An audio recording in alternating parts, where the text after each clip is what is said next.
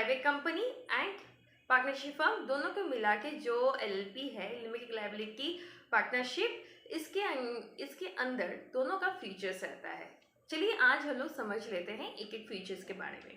Number 1, minimum 2 partners required. Minimum 2 partners required, नहीं तो ये लिमिटेड लायबिलिटी पार्टनरशिप होगा ही नहीं।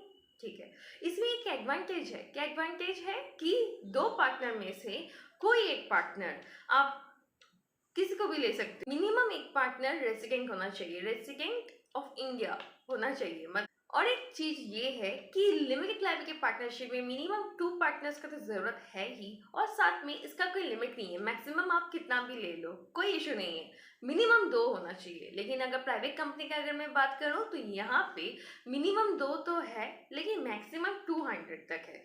मैक्सिमम आप 200 से ज्यादा नहीं कर सकते हो। नंबर 2, लिमिटेड लायबिलिटी पार्टनरशिप में आपका लायबिलिटी लिमिटेड होता है। मतलब कि आपका लायबिलिटी जो है वो अनलिमिटेड नहीं होता है। आपका पर्सनल एसेट पे ये कुछ भी अटैक नहीं होता है।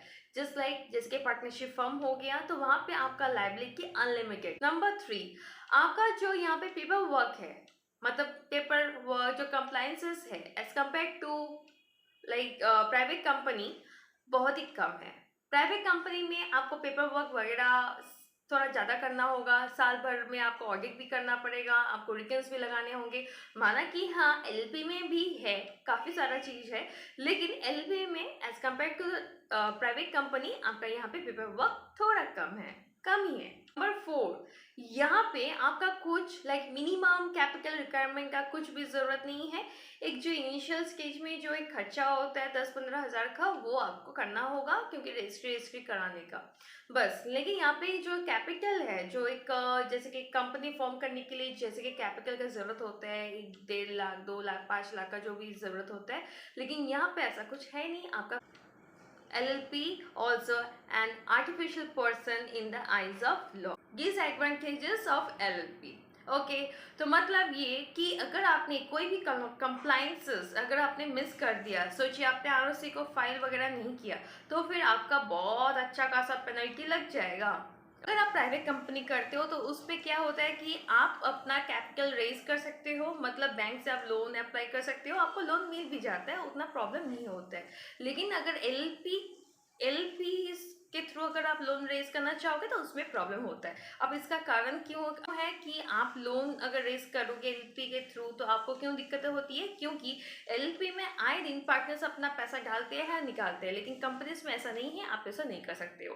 कंपनीज में अगर डायरेक्टर्स अपना अगर पैसा दे रहा है कंपनी को तो वो एज अ लोन शो होगा, और अगर कंपनी से पैसा ले रहा है डायरेक्टर्स तो वो एज अ लोन शो होगा कि लोन दे रहा है। ठीक है, तो मतलब ये कि कंपनी का ये जो फीचर्स है, तो इसी कारण की वजह से कंपनी को लोन मिल जाता है, क्योंकि जो लोन प्रोवाइडर जो है उनको ऐसा लगता है कि यहाँ पे अपना कैपिटल जो मालिकों का जो पैसा है वो फिक्स के नेचर में है, वो नहीं उठाएंगे, बार बार नहीं उठा सकते हैं। लेकिन एलएलपी में ऐसा कुछ नहीं है, इसीलिए यहाँ पे आपको मतलब पैसा रेज करने में थोड़ा दिक्कतें आ सकती है।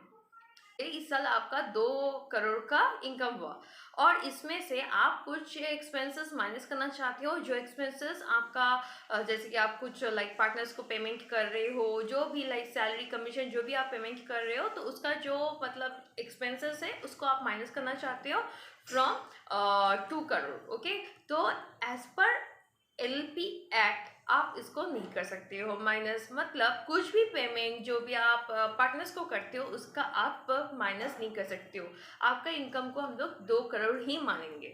ठीक है, लेकिन कंपनीज में ये आप कर सकते हो। ऑब्वियसली कंपनीज में आप जो भी एक्सपेंसेस करते हो relating to like salary payment to like officers and all, वो उसको आप पूरा फायदा उठा सकते हो, एक्सपेंस को माइनस कर सकते। चलिए एलपी को बनाते कैसे हैं ये समझते हैं।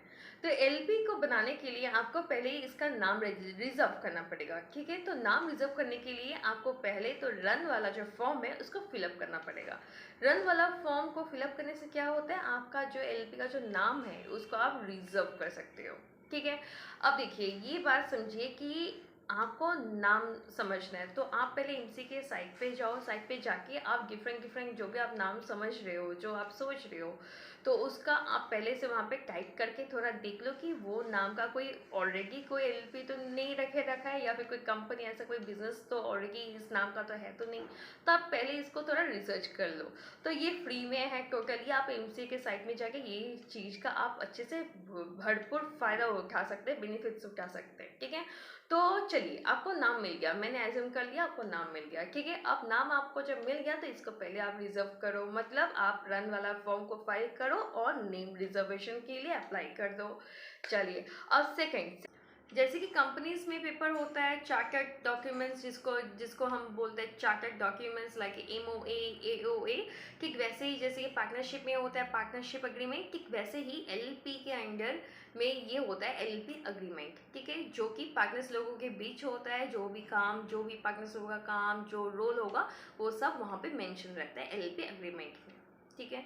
अच्छा, ये जो एलएलपी एग्रीमेंट है ये किसके अंडर में रजिस्टर्ड होगा? ये होगा एलएलपी एक्ट 2008। एलएलपी जब इनकॉर्पोरेट आपका हो जाएगा तो उसके 30 डेज के अंदर आप अपना एलएलपी का जो एग्रीमेंट है, जो मैंने पहले बताया था, उसको आप स्टैम्प पेपर में एग्रीमेंट बना लो एंड उसको फाइल कर दो आरओसी को विद इन 30 डेज। अब आता है इनकॉर्पोरेशन का मतलब, आप अपना एलएलपी को इनकॉर्पोरेट करोगे तो उसके लिए आपको फॉर्म फिलअप करना पड़ेगा। तो कौन सा फॉर्म आपको फाइल करना पड़ेगा?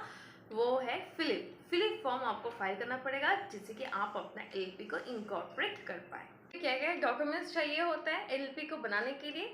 आपको चाहिए होता है DSC of partners, okay, DIN of partners, और साथ में ID proof of partners, address proof of partners, residential address of partners, and जहाँ पे आप अपना एलएलपी का बिजनेस करोगे वहाँ का एड्रेस प्रूफ, ठीक है, और साथ में एलएलपी एग्रीमेंट। चलिए, अब मैं नेक्स्ट चलती हूँ बेसिक क्वेश्चंस के ऊपर, जहाँ पे आपको बेसिक जो भी डाउट्स वगैरह जो आ सकता है उसका मैं पहले से आंसर कर देती हूँ। अगर फिर भी कुछ अगर क्वेश्चन का आंसर अगर रह गया या फिर कोई क्वेश्चंस मेरे दिमाग में नहीं आया जो कि आपके दिमाग में आया, तो आप वो उसको बेझिझक एकदम पूछ सकते हो कमेंट बॉक्स में आके, ठीक है। तो कमेंट बॉक्स में आप कमेंट करो, पूछो, मैं आपको बताऊँगी, आपका सारा डाउट्स मैं क्लियर करूँगी। क्या रजिस्ट्रेशन कंपल्सरी है अंडर एलएलपी एक्ट 2008?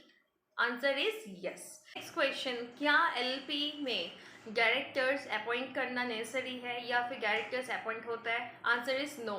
डायरेक्टर्स का ऐसा कुछ कॉन्सेप्ट है ही नहीं एलएलपी में, ठीक है। जो पार्टनर्स हैं वो पार्टनर्स ही अपना डिसीजंस खुद लेते हैं, समझते हैं, डिसीजंस लेते हैं। बाकी एलएलपी को फॉर्म करने के लिए कोई मिनिमम कैपिटल का रिक्वायरमेंट है नहीं, लेकिन हाँ एक इनिशियल स्टेज में आपको एक पैसा आपको खर्चा करना होगा, जैसे कि रजिस्ट्रेशन, कंपनी एलएलपी को इनकॉर्पोरेट करने के लिए आपको एक मिनिमम जो फीस आपको देना होता है एमसीए पोर्टल में, आपको वहाँ से देना होता है, ठीक है। इसको बनाने में कितना टाइम लग जाता है? देखिए 3 दिन तो लगता है आपका जीएसटी में, ठीक है।